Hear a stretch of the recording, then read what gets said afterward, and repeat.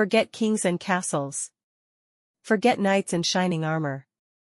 Because the real story of medieval Britain wasn't written in palaces, it was written in mud, sweat, and faith, in the small villages where 90% of people lived.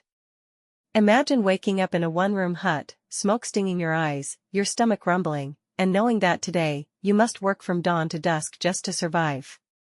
But what did these villagers actually eat? How did they balance brutal labor with faith and festivals? And could you survive a single week in their shoes? Let's step inside a medieval village to find out. Medieval villages were small, often just 20 to 40 households, clustered around fields and a parish church. The houses? Wooden frames stuffed with wattle and daub, thatched roofs, and dirt floors. No privacy, no chimneys, no glass windows, just one smoky room where people, and sometimes animals, huddled together. Villagers lived under the authority of a lord, but their real lives revolved around the rhythm of the seasons. Plowing, sowing, harvesting, everything depended on the land. For peasants, life was work. Men spent long hours in the fields, plowing, planting, reaping, while women spun wool, brewed ale, baked bread, and tended vegetable plots. Even children were put to work, scaring crows, fetching water, helping at harvest. But it wasn't all endless toil. Work was communal. Villagers shared tools, helped neighbors repair roofs, and gathered together for big harvests. Still, famine, bad weather, or a lord's high taxes could turn survival into a daily struggle.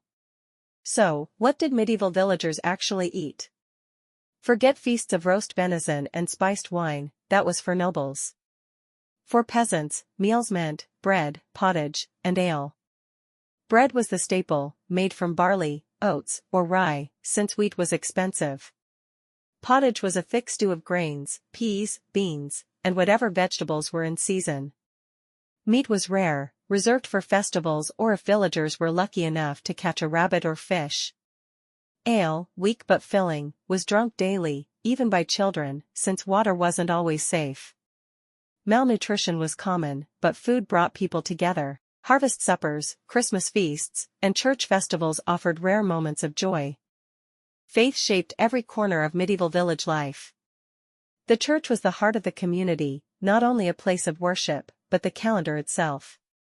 Saints' days, Easter, Christmas, harvest festivals, these events broke up the grinding year with rituals, music, and celebration.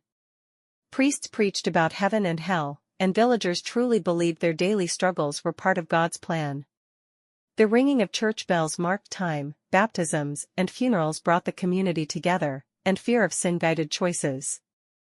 But life was precarious. Disease, crop failures, harsh winters, or war could destroy entire villages. Famine in the 14th century, the Black Death, and peasant uprisings remind us just how fragile medieval survival really was. And yet, peasants endured.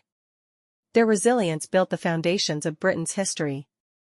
Life inside a medieval village was harsh, smoky, and uncertain, but also full of community, tradition, and faith.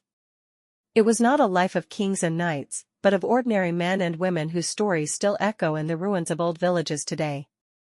If you found this journey into medieval life fascinating, don't forget to like, subscribe, and share. After all, history is best when we live it together.